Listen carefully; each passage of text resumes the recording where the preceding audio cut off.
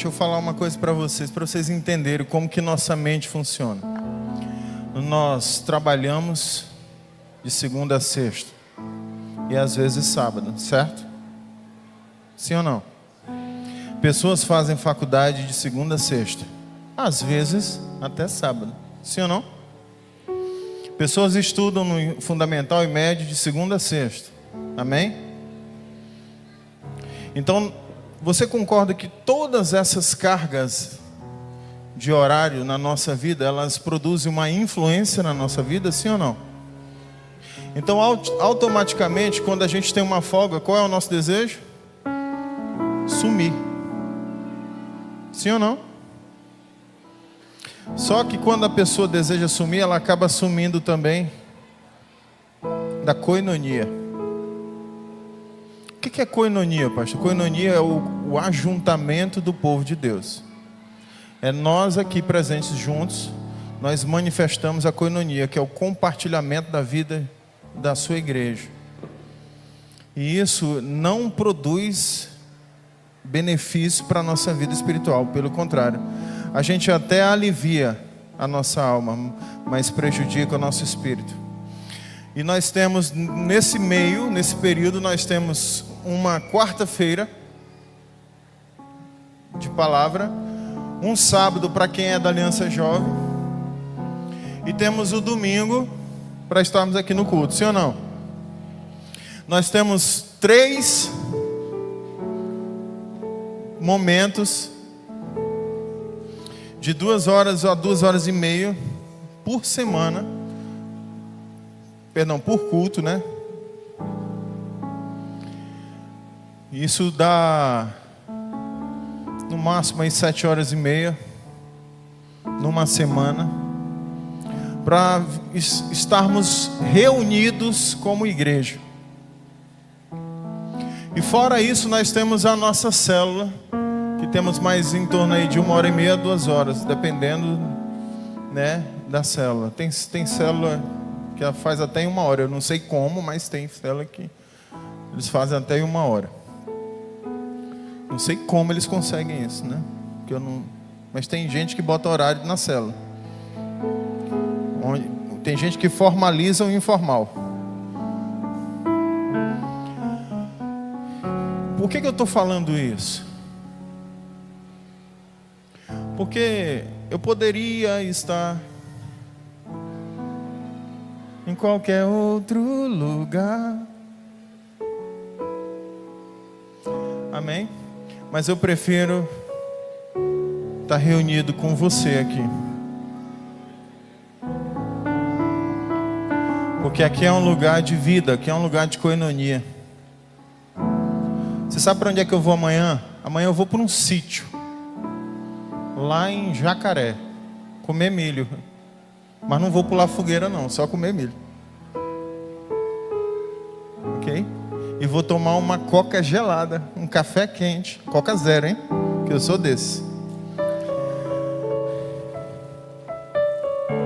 Mas eu poderia pensar assim, não, cara, segunda-feira é feriado, eu vou esticar, vou no sábado, né? Porque eu preciso descansar. Não, eu posso até ter necessidade de descansar.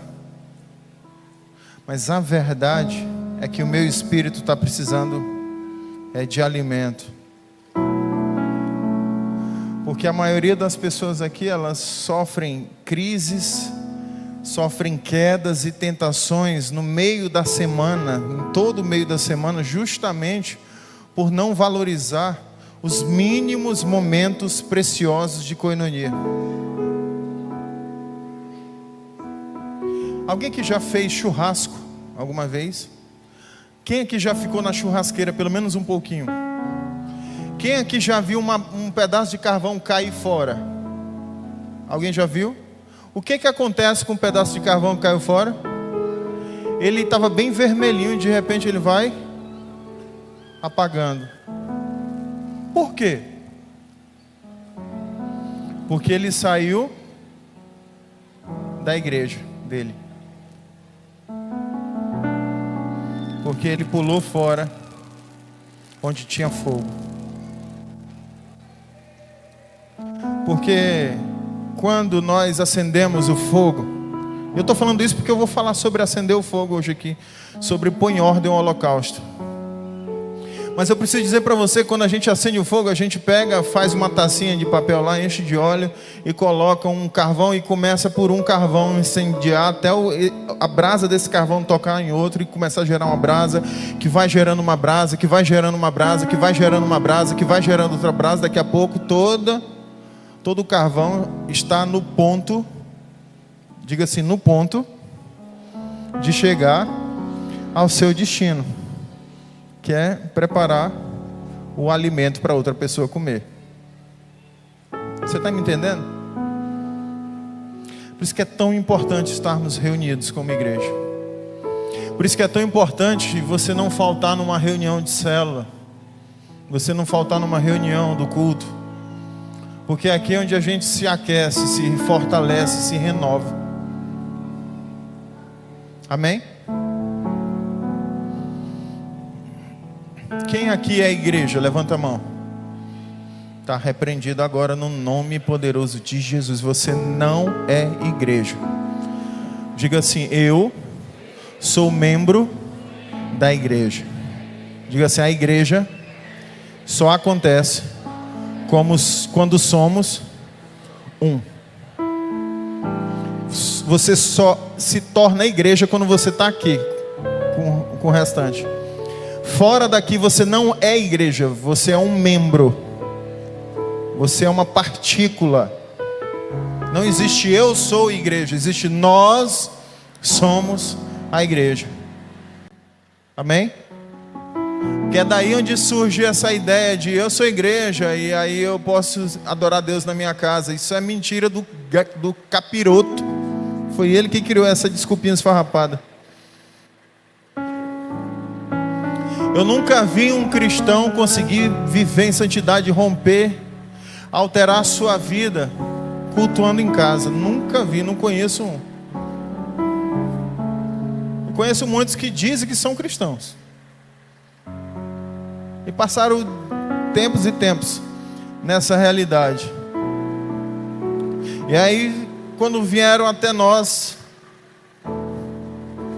casamento esculhambado, porque quando você é igreja, eu vou usar o termo aqui, quando eu sou igreja, quem me alinha?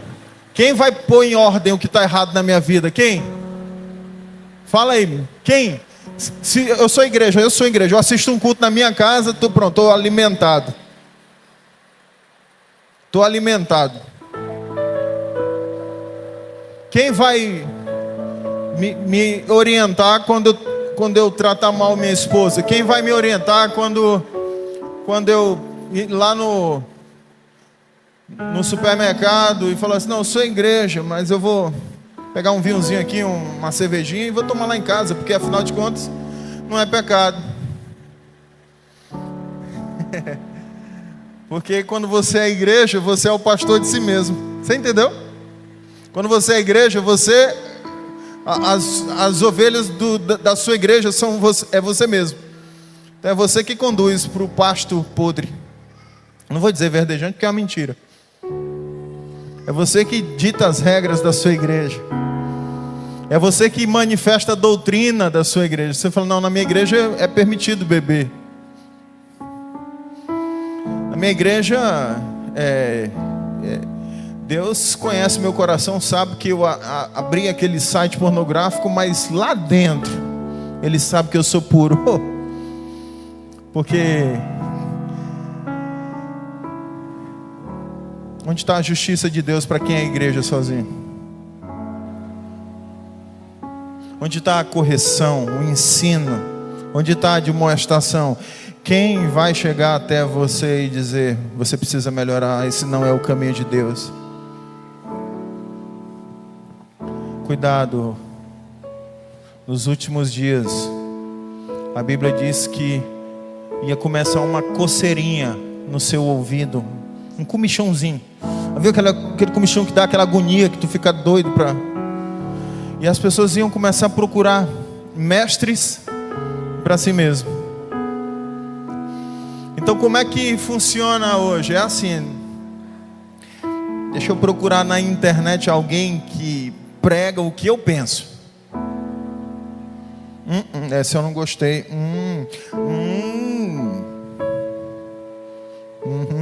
Achei.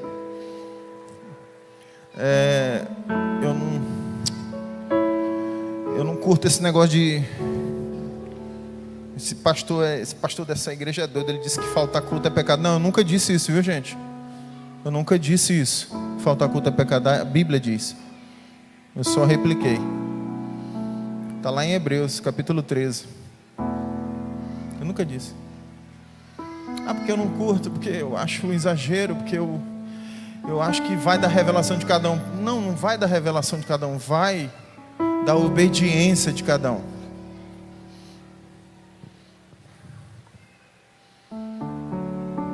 Você vai prestar conta, você vai entender. Deixa eu ir para o texto, para você entender. Eu estou falando tudo isso porque eu estou querendo introduzir, para ler a Bíblia, para introduzir novamente, para a gente começar. Levítico, capítulo 6. Você pode abrir? Levítico, ele fica antes de Êxodo, depois de Números. Fica no Pentateuco. Tem Gênesis, Êxodo, aí tem Levítico. Aí depois Número, depois Deuteronômio. Amém? Capítulo 6. Se bem que essa geração, agora não precisa mais falar isso, porque essa geração, elas tem uma boa parte que faz assim, ó. Eu sei onde fica Levítico. Levítico.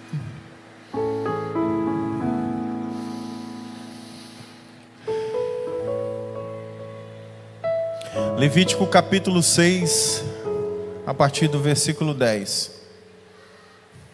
Diz assim: o sacerdote, vou dar uma pausa aqui. Põe a mão assim no seu peito. Diga assim: eu sou o sacerdote. Amém? Entenda isso. Essa palavra é para você. Não ache que essa palavra é para um pastor. Essa palavra é para todo. A Bíblia diz que nós somos sacerdócio real. Então essa palavra, ela se aplica diretamente à sua igreja. O sacerdote vestirá a sua túnica de linho e os calções de linho sobre a pele nua, e levantará a cinza quando o fogo houver consumido o holocausto sobre o altar, e a porá junto a este. Depois despirá suas vestes e porá outras, e levará as cinzas para fora do arraial, a um lugar limpo.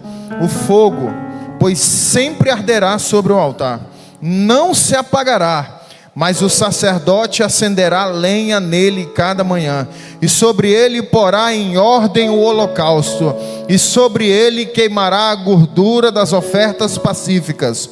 O fogo arderá continuamente sobre o altar, não se apagará. Feche seus olhos em nome de Jesus. Papai querido, no nome poderoso de Jesus, Senhor, nós estamos hoje reunidos aqui como igreja. Nós somos a igreja. E eu te peço, Pai, nessa noite, que Tu abra a mente, Senhor, que Tu abra o entendimento da Tua igreja, para que a Tua igreja nessa noite possa sair daqui transformada pela Tua palavra. Senhor, a certeza da Tua volta é uma clareza já no nosso meio. Por isso, Senhor, nos apronta para o fim. No nome de Jesus, nos leva a sermos uma igreja apocalíptica, uma igreja que está se preparando para receber a Tua volta, para receber o noivo, no nome poderoso de Jesus. Amém? Eu quero introduzir essa palavra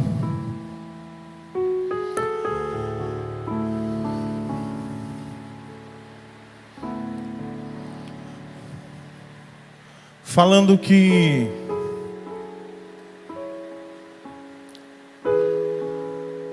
fogo nunca,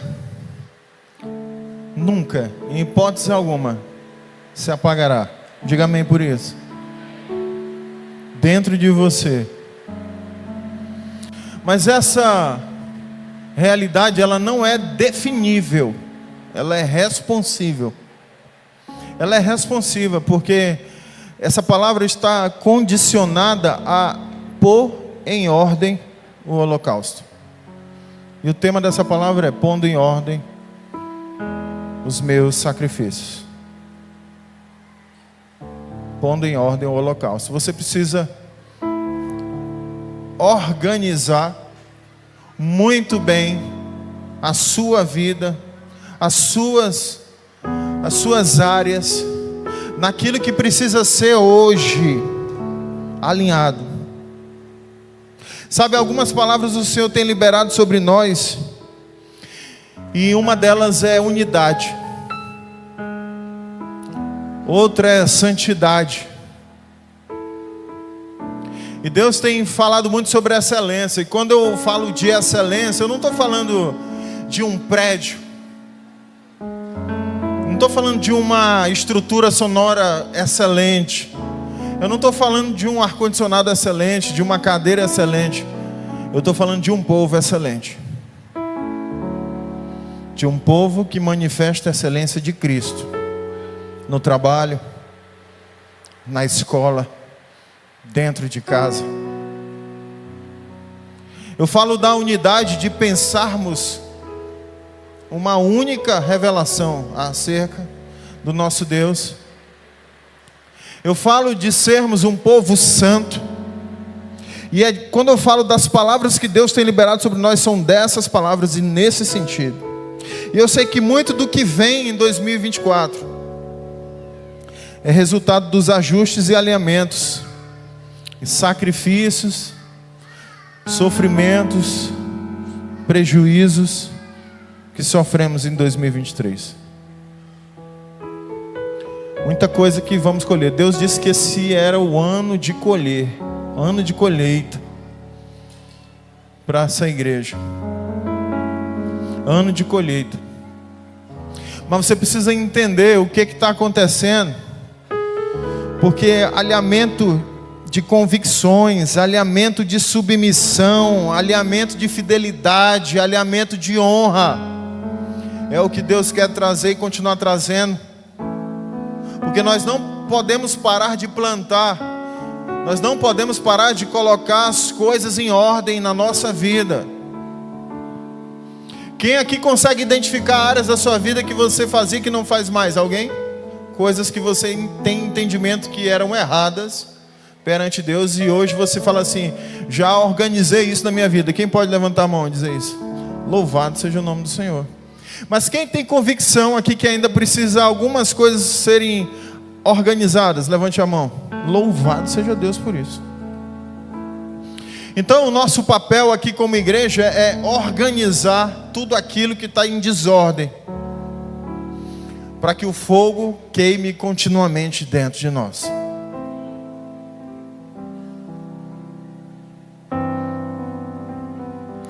Porque, meus irmãos, existe um tipo de oferta chamada oferta pacífica, e essa oferta é uma oferta de uma decisão promovida pela alegria da revelação do homem, de abrir mão de coisas na sua vida,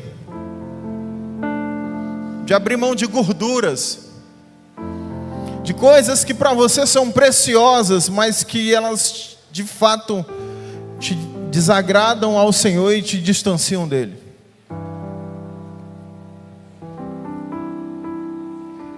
Essas palavras, elas ecoaram há muito tempo, mas hoje eu creio que elas estão entrando nos seus corações. Essa palavra é profética, pois ela vai te dar uma direção poderosa, sabe, para que esse fogo continue dentro de você.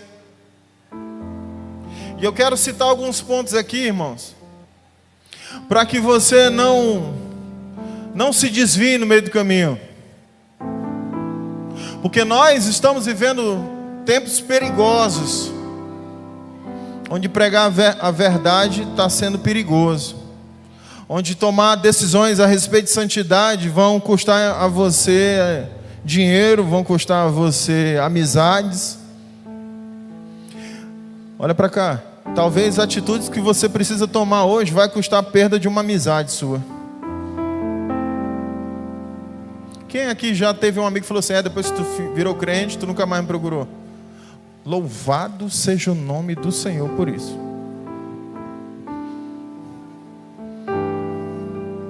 Pastor, eu tenho que deixar de ser amigo dele? Não.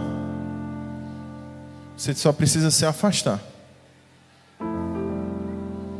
Lembra que eu falei do fogo? Vem para o fogo, deixa a pessoa vir também. Esteja sempre pronto para essas pessoas. Um dia elas vão te buscar, elas vão te procurar. Não se preocupe. Mas nós estamos vivendo um tempo precioso na nossa vida. Um tempo onde a gente precisa abrir mão de muita coisa.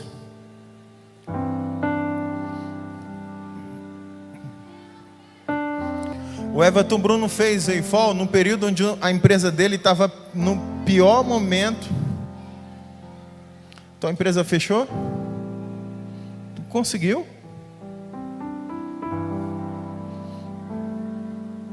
Quem aqui fez Eifol teve que sair do emprego? E tu vai casar, né? Agora, rapaz, coisa massa.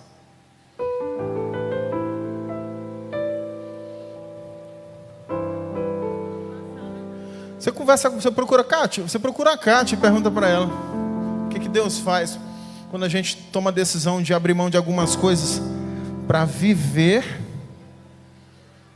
para colocar em ordem, para ajustar a nossa vida em áreas que só pagando o preço poderoso serão ajustadas.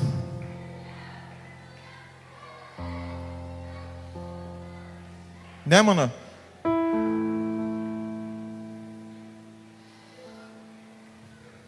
Eu falei pra onde assim, porque tipo, quem aqui já pagou 3 mil num celular? Levanta a mão aí. Já.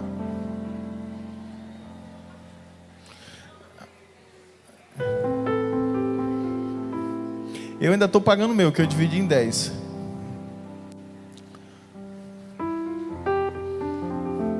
Quem que já fez uma viagem que gastou mais de 3 mil? Eu gosto é assim.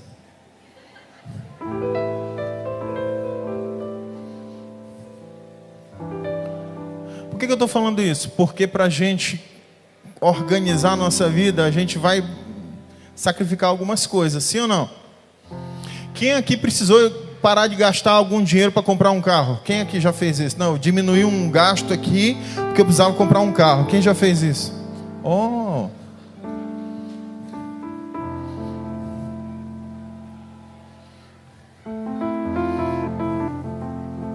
Quem aqui reconhece que para conhecer mais de Deus vai ter que gastar mais tempo com Ele? E gastar mais tempo com Ele requer gastar menos tempo com outras coisas.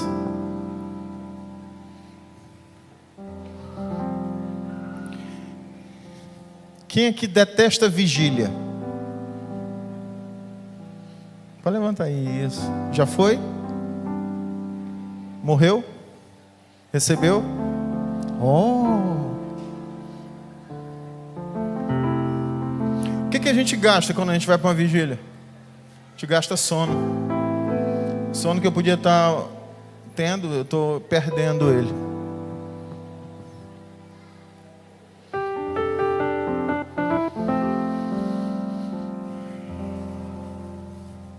Quem aqui já trabalhou no encontro com Deus? O que você gasta no encontro? Dinheiro e tempo, né? E às vezes você gasta da sua inscrição e ainda você paga de outra pessoa. Aí você paga, não sei se você já fez, mas eu já paguei inscrição quando eu era líder de célula para 10 pessoas. Eu nem contei para minha mulher na época. E se ela soubesse, ela não era tão naquele início assim, mas ela, graças a Deus, quando as coisas eram para Deus, ela nunca reclamou nada. Naquela época era R$ 25 uma inscrição de encontro, lá em Goiânia. Mas eu estou falando de 2010. Eu acho que, né? Que eles tinham chácara própria, a gente não tem.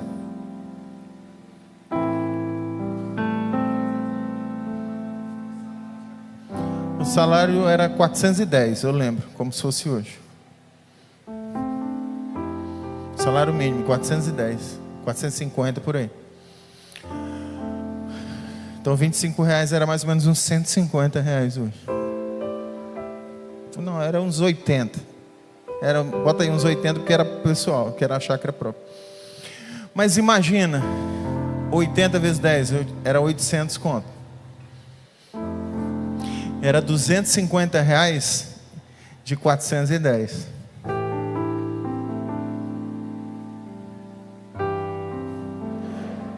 Porque todas as vezes que a gente quer viver algo extraordinário, a gente precisa de abrir mão de algo que também para nós é de uma certa forma extraordinário. Quem é que gosta de dinheiro? Eu não gosto. Por isso que eu gasto. Está debaixo dos meus pés. Se eu gostasse, eu guardava ele na minha bolsa, botava na parede e adorava ele assim. Mas eu não, vai gastar. Você está aqui é para me obedecer. Você vai pagar a fatura do meu cartão. Calado. Vou ofertar sim.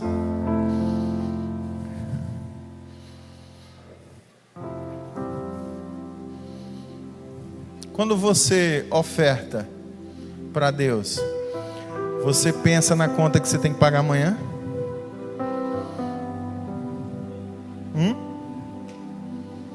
Vamos supor que você tem R$ 100 na sua conta.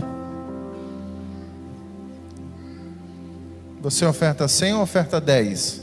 Não precisa responder não, eu só quero que você avalie isso. Eu sei quanto que eu oferto. Porque eu dou mais para o meu Deus do que para mim mesmo. Isso é uma decisão que eu vivo. Por isso eu sou tão abençoado por Deus.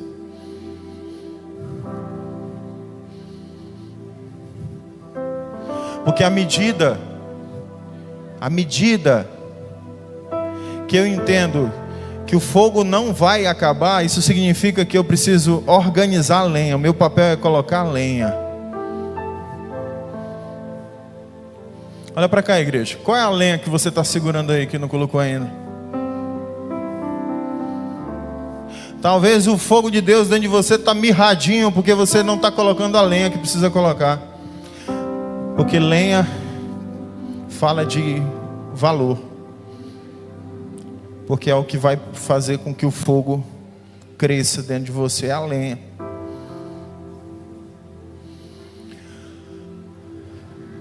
E deixa eu falar uma coisa que Deus estava falando comigo.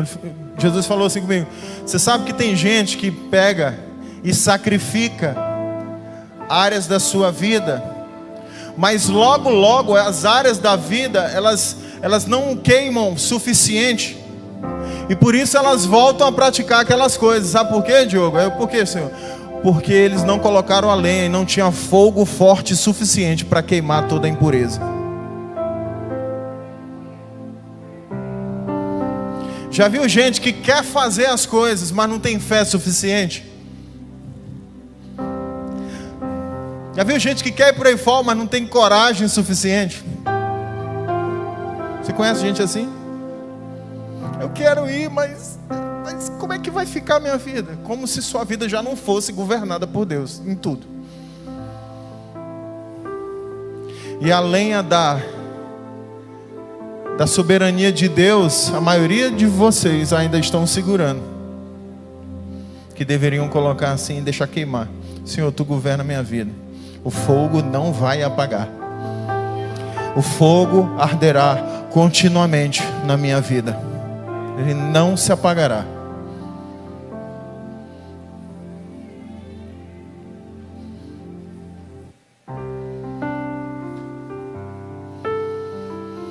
E essa palavra, ela já falou muito comigo. Eu ministrei ela em 2021. E Deus falou hoje comigo quando eu estava meditando, que agora eu achei um lugar lá em casa para meditar. Eu botei uma rede. Rapaz, e lugar bom para meditar é nos ares, flutuando, desconectado da terra.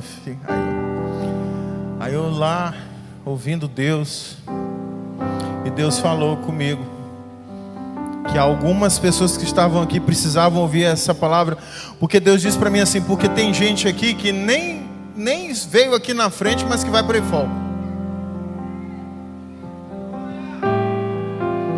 Você sabe por que a gente está falando tanto da escola? Eu sei o que a escola fez na minha vida, porque é Jesus que faz, ok? Mas a carga de conhecimento de Deus e conhecimento a respeito da sua vida que você vai receber lá, vai levar você a se libertar de mazelas antigas que você até hoje luta para se libertar e não consegue. Quem é que fez encontro com Deus? Sabe aquele momento no sábado de manhã? Agora multiplica por 30 vezes. Não, multiplica por 50 vezes o nível.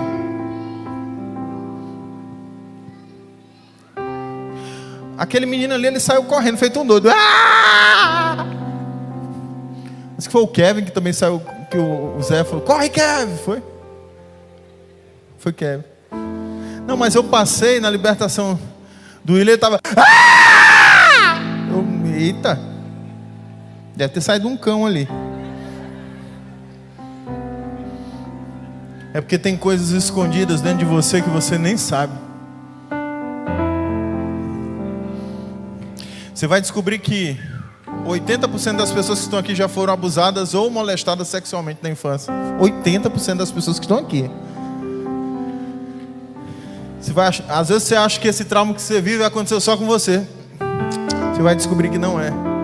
O diabo vem roubando, matando, destruindo há muito tempo. Há muito tempo. Tem gente aqui que foi abusado por pai, por tio, por primo, por vizinho.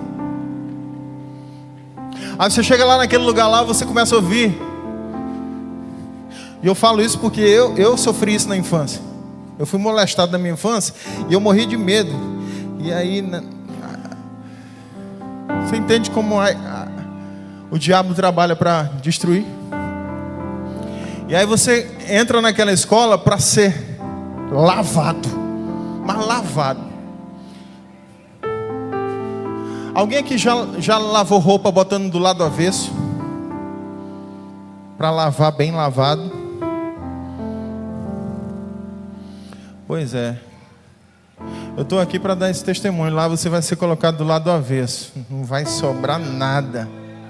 Agora o que você vai fazer depois aqui é com você. Porque não se engane não. Tem gente que sai e fica pior. 7 vezes pior. Porque sai daquele lugar.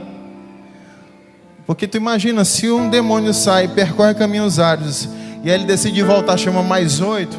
Imagina num lugar onde a gente vai tirar uns 200. Aí tu imagina 200 saindo, aí chama mais 700, chama mais 1.400, aí entra 1.600. Aí o estado atual é de arrebentar. Mas aqueles que saem daquele lugar e decidem viver o extraordinário de Deus,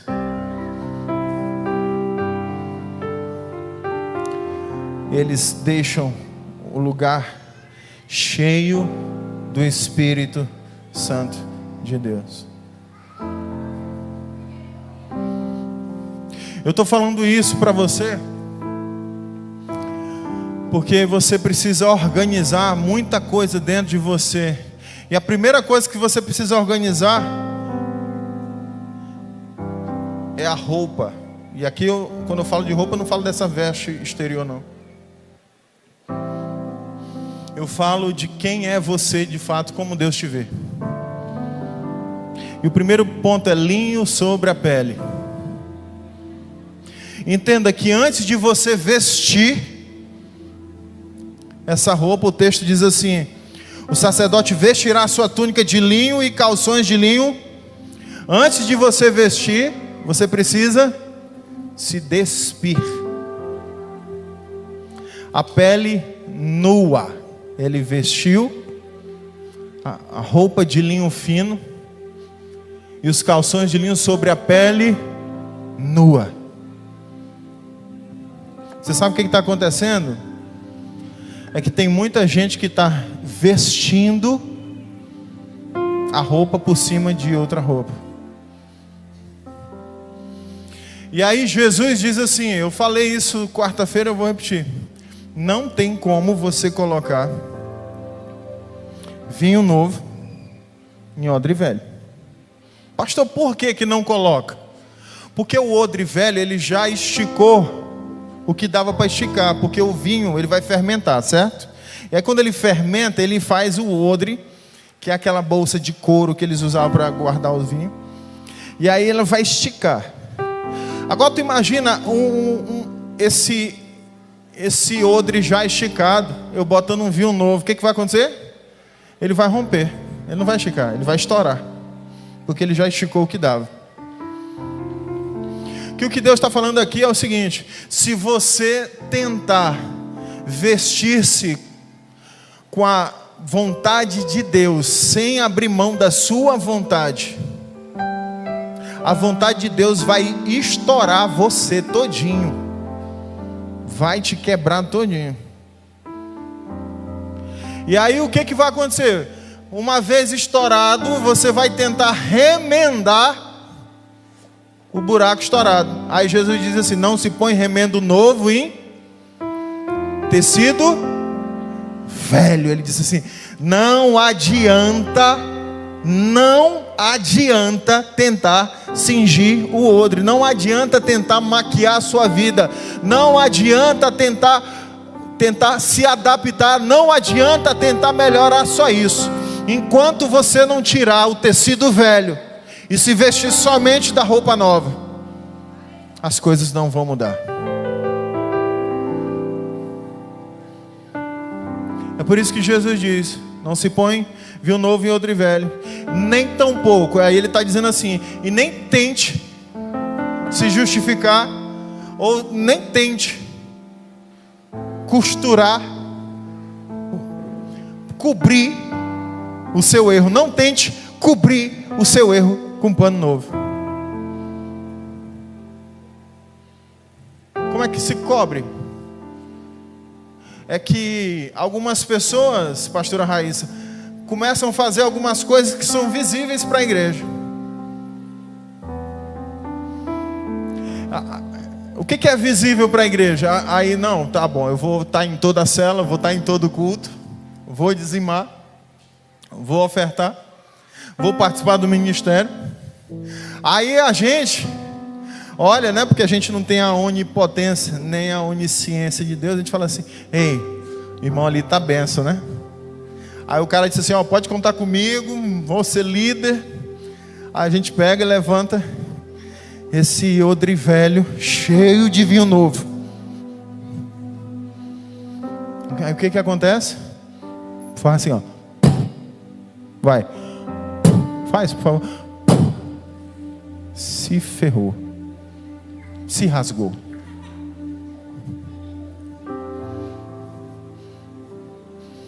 Supervisores, levanta a mão, supervisor. Fica de pé os supervisores aí, vai. Você que é supervisor. Você já viu alguma vez um líder que foi levantado, que depois que levantou ficou pior? Já viu? Você já viu, pastora? Você já viu, pastora? Já viu, meu filho? Você já viu? Você já viu, calma? Você já viu, pastor? Você já viu, Luan? Já viu, pastor? Já? Por que será? Pode sentar, obrigado. Participação especial do supervisor. Você pode aplaudir a vida deles. Louvado seja. Aplauda Jesus por eles. Aê!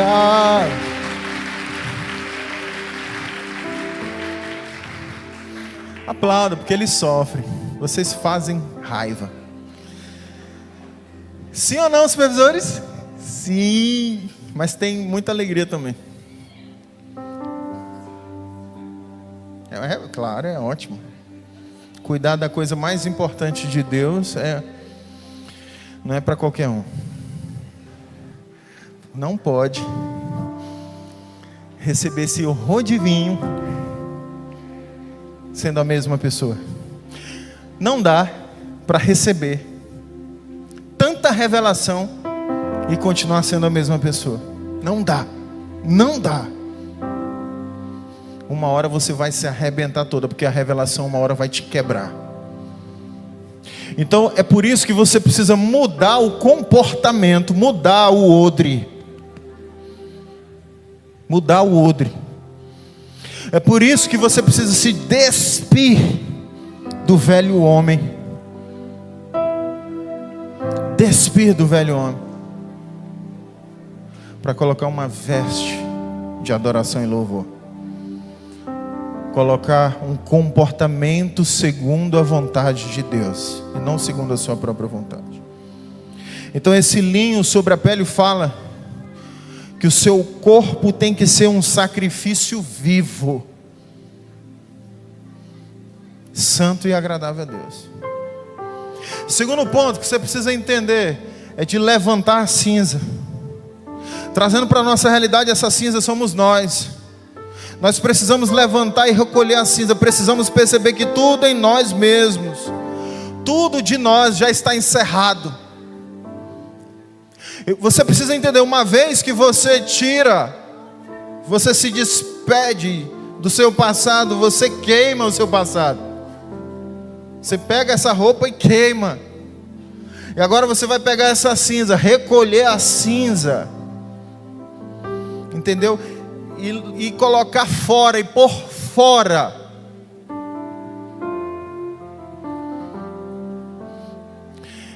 Não pode ficar nem a cinza do seu passado.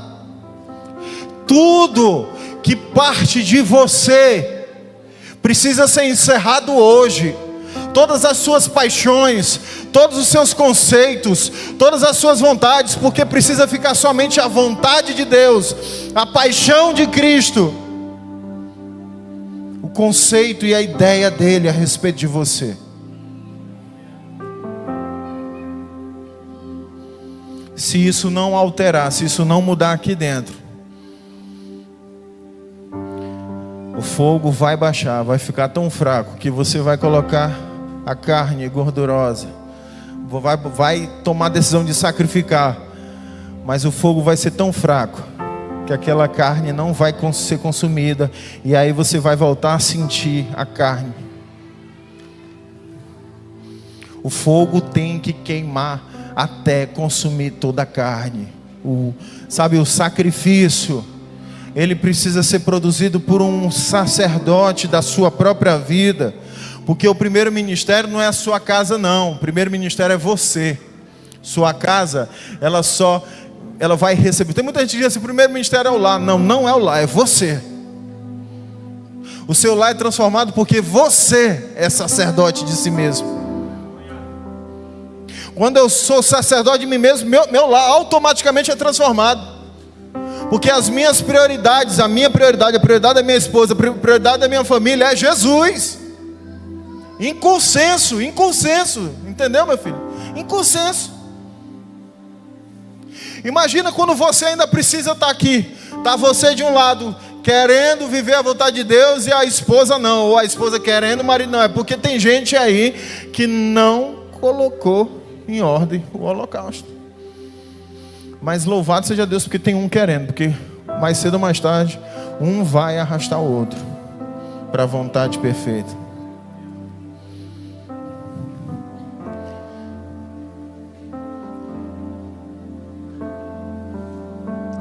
Lá em casa, você sabe quem foi que foi o primeiro?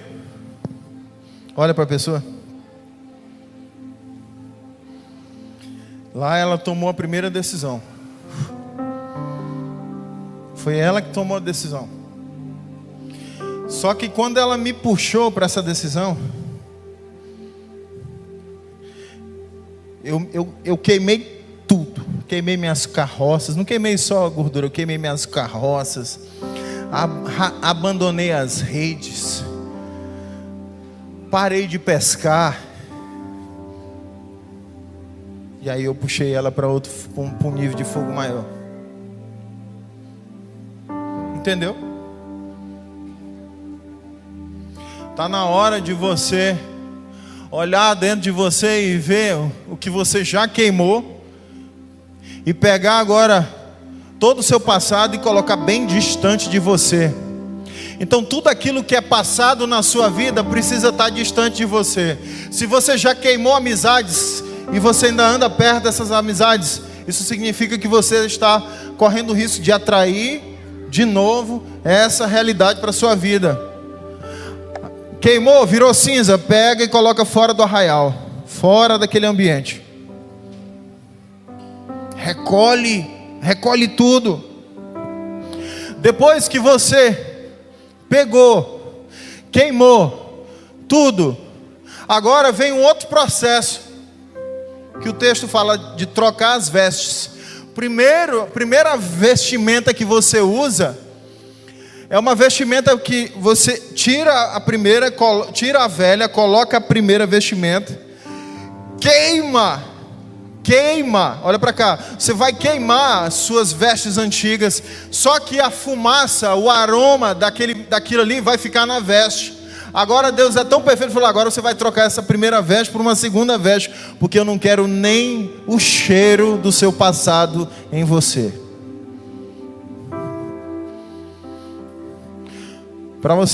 Se você não está entendendo, a palavra diz assim: o sacerdote vestirá a sua túnica de linho e os calções de linho sobre uma pele nua. Isso significa que ele já se despiu. Ele levantará a cinza quando o fogo houver consumido o holocausto sobre o altar, e a porá junto a este. Depois despirá suas vestes e porá as outras. Aí vai levar a cinza. Você está entendendo? Você não vai de maneira nenhuma deixar em você nem um aspecto do passado. Esse é um processo de santificação que nós precisamos viver na nossa vida. Isso é necessário, sabe? Trocar as vestes fala de sair da posição de sacrifício e entrar na posição de carregar o sacrifício para fora da igreja, da célula. Não basta somente agora você ficar vindo para o culto, vindo para a célula. Agora você precisa carregar esse sacrifício para fora, porque as pessoas lá fora precisam olhar para você e ver que você carrega sacrifício.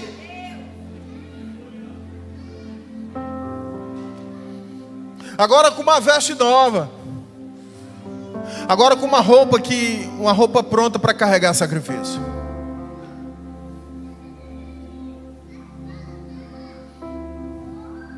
Carregue sua consagração para uma nova vida. Esse lugar limpo é a sua vida sendo testemunho real, a vida santa. E as pessoas olharem para você, sabe, chegou o tempo de você parar de achar que basta entregar um folheto, ou você ficar falando, sabe, gente, é triste olhar para gente que fica falando de Jesus no trabalho, mas não dá testemunho nenhum. Gente que fala de Jesus dentro de casa.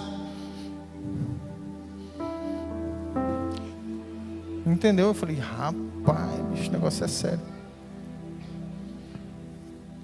Mas no culto, tem muita gente assim, ó, tá aqui no culto, vem pro culto, não falta culto. Mas a vida é uma ceboseira.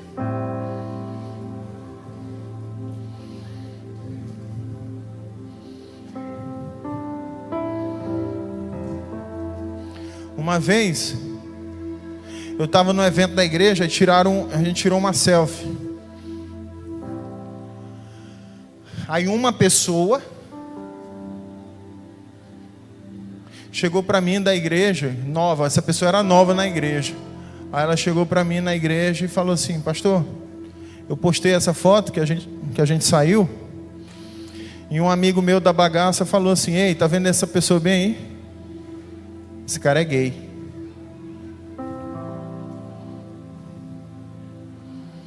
Aí eu falei: meu filho, deve ser o passado. Não, pastor, não é não. Eu perguntei. Não é não.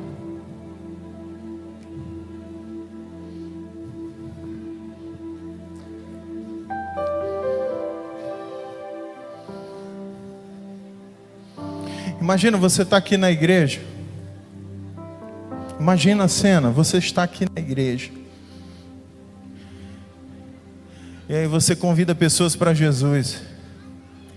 E amanhã alguém te vê, a pessoa que te convidou. Ou então se você falou de Jesus na rua, e de repente aquela pessoa passou e viu você sentado no bar tomando uma cerveja. Você fala assim: pastor, o que há de mal nisso? Tudo. Tudo.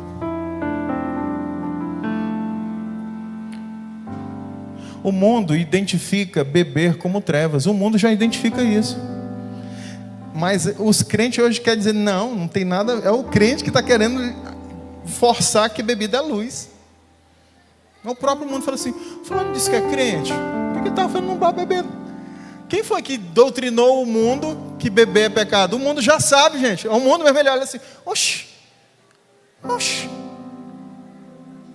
Não é assim? Sim ou não? Precisa alguém foi lá e ensinou o povo do mundo a falar assim: o povo do mundo, crente não bebe. Não. Ele já sabe, ele no fundo ele sabe que nós somos luz, ok? Então quando a gente está lá falando de luz, mas agindo como trevas, eles... Agora imagina quando você fala de luz e manifesta luz. Agora eu olho para o Vidal e falo assim: não, agora eu acredito no que o Vidal está falando, porque o Vidal é realmente essa pessoa.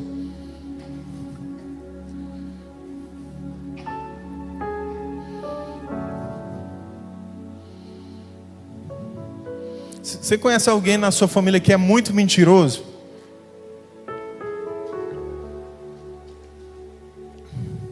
Eu vou contar um testemunho meu quando eu era adolescente. Eu mentia tanto que eu dava bom dia para o jumento falava assim: bom dia, Diogo. Que eu acreditava na minha própria mentira, de tão mentiroso que eu era. E minha mãe e meu pai sabiam que eu era mentiroso. Uma certa vez roubaram uma joia da minha mãe lá em casa. Ou foi dinheiro, agora eu não lembro, não sei. Eu sei que minha mãe falou assim: foi tu, Diogo? Eu falei: foi não, mãe. Foi tudo, foi, meu amigo, eu levei uma surra.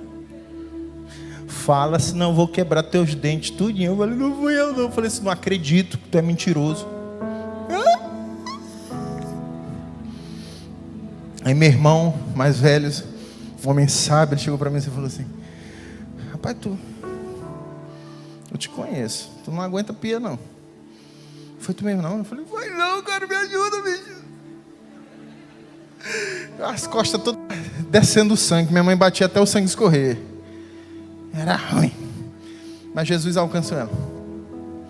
Aí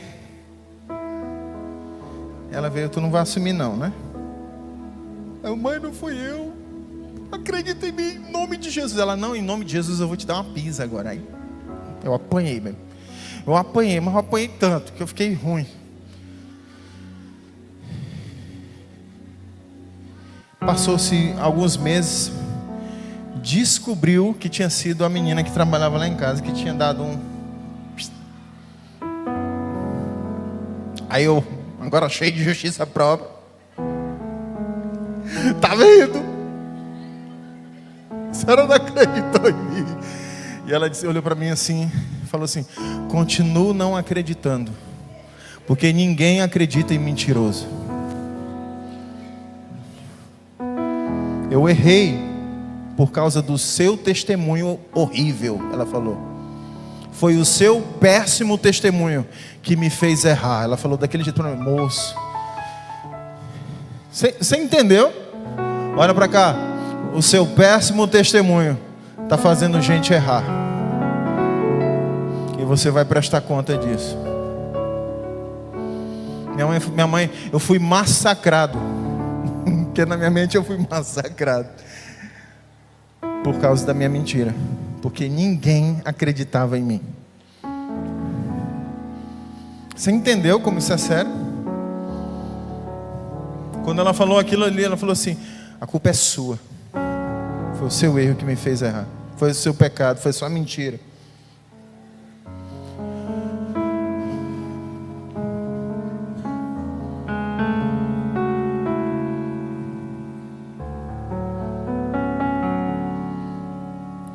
Quarto ponto. Não, terceiro é trocar as vestes. Eu falei levantar. O primeiro, vamos lá. Primeiro é linho sobre a pele. Segundo é levantar a cinza. Terceiro é trocar as vestes. E o quarto, é porque eu não fui falando por 3, 4, aí, perdão. O quarto é o fogo que põe em ordem. O meu papel é colocar lenha. Ok?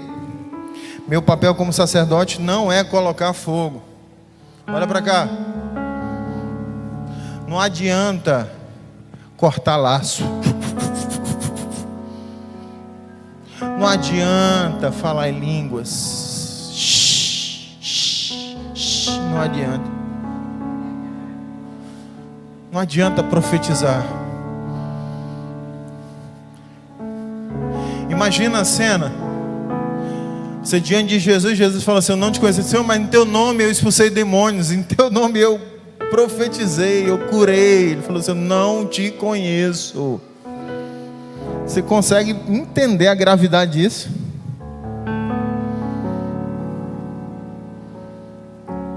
Nosso papel aqui não é levantar fogo estranho.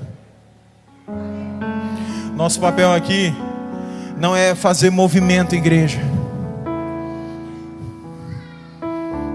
Não é ficar aqui, fica de pé igreja, levanta a mão, clame igreja, grite igreja.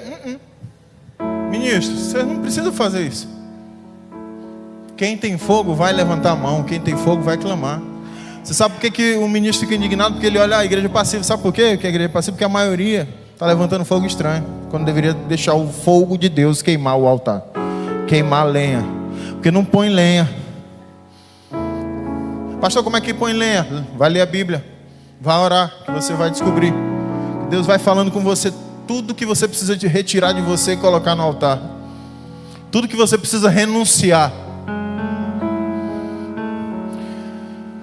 O seu papel é fazer com que o fogo não se apague. E tem 3 coisas que vai te ajudar a fazer não apagar. É quando você pega a sua vontade e coloca a lenha da vontade. Escreve aí, lenha da vontade, lenha da entrega e lenha da vida.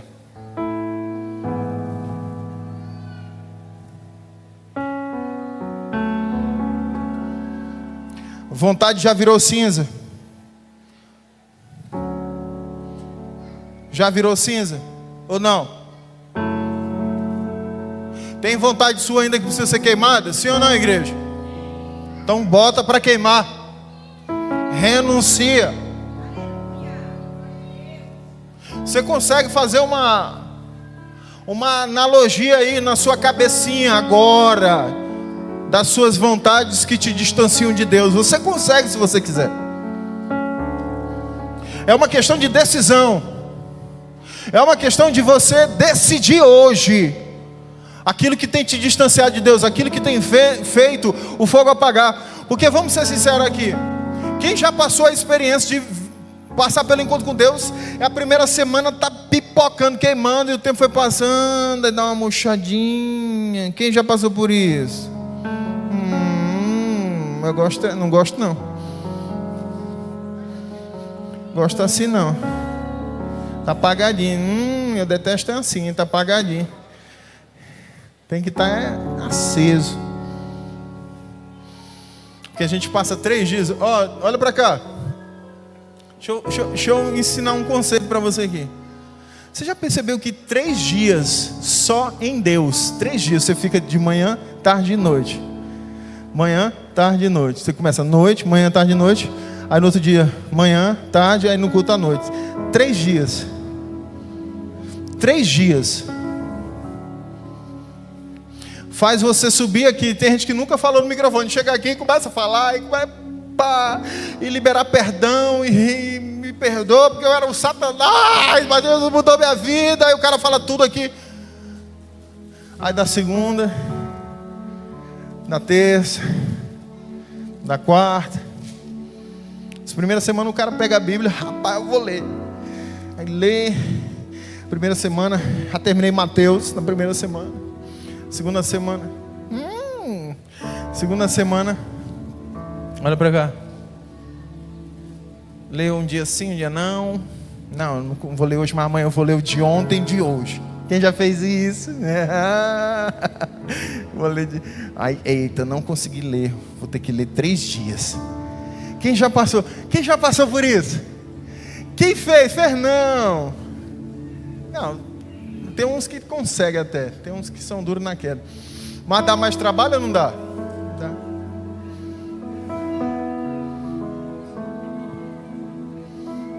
Quem aqui ficou 3 dias sem comer e comeu no outro dia 3 dias direto? Comeu 3 dias. Deixa eu comer pelo que eu não comi os 3 dias.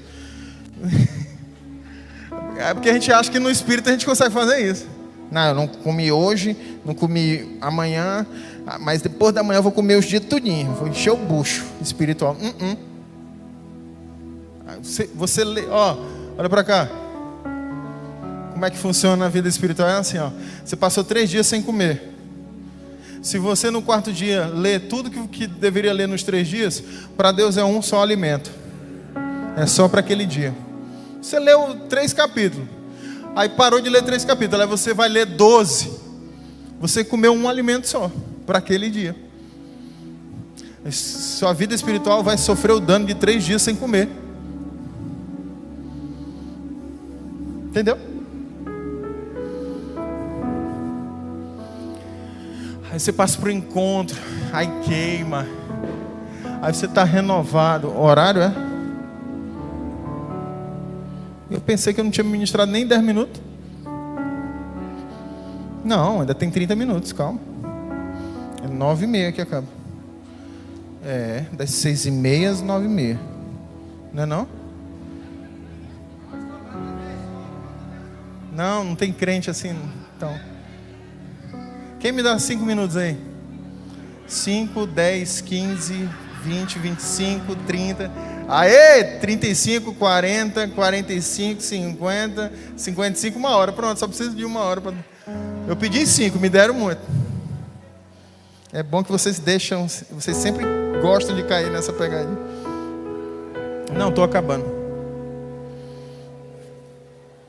Que hora que eu estava, viu o que tu fez? Quem estava ouvindo o que eu estava dizendo? Eu estava falando o quê? Me ajuda aí. Experiência do quando o cara chega queimando, pipocando. Aí na outra... Não, eu vou ser benigno. No outro mês já deu uma esfriadinha. Quem já passou por isso? Fala a verdade se não foi porque parou de buscar. Foi porque o ambiente do fogo de Deus diminuiu no seu cotidiano. Não foi ou não foi? Porque você pega uma sexta-feira, depois vem para um sábado, manhã, tarde e noite, só o pipoco do trovão. Pá, pá, e o anjo descendo e dando chibatada no capeta, e você, então você não limpa. Aí o cara limpa de todo jeito aqui. Aí a noite vem, cura, o perdão desce, o céu se abre, a cruz é manifesta, os pecados são destruídos na cruz de Cristo. No domingo se aprende a orar. Aí é renovado, começa a acreditar de novo que os sonhos são possíveis. De repente o Espírito Santo vem e fala assim, ó. E a pessoa acha que isso é para viver só no encontro.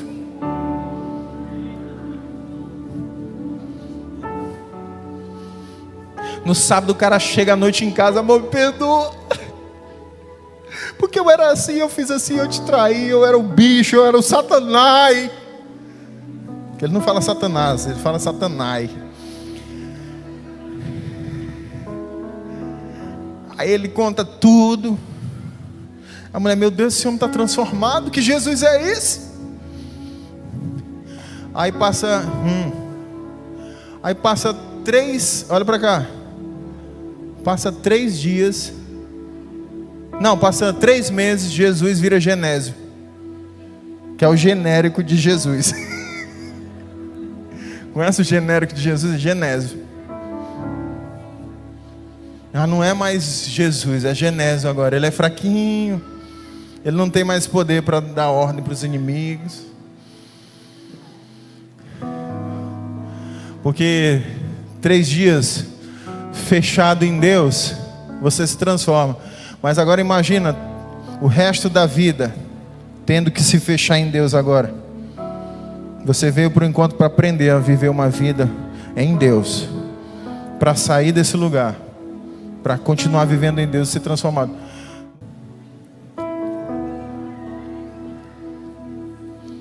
Olha para cá. Você sabe como é que faz para viver uma vida de encontro com Deus? É se encontrando com Jesus todo dia, queimando sua vontade todo dia, queimando o que é valioso para você todo dia, queimando sua vida em Jesus todo dia.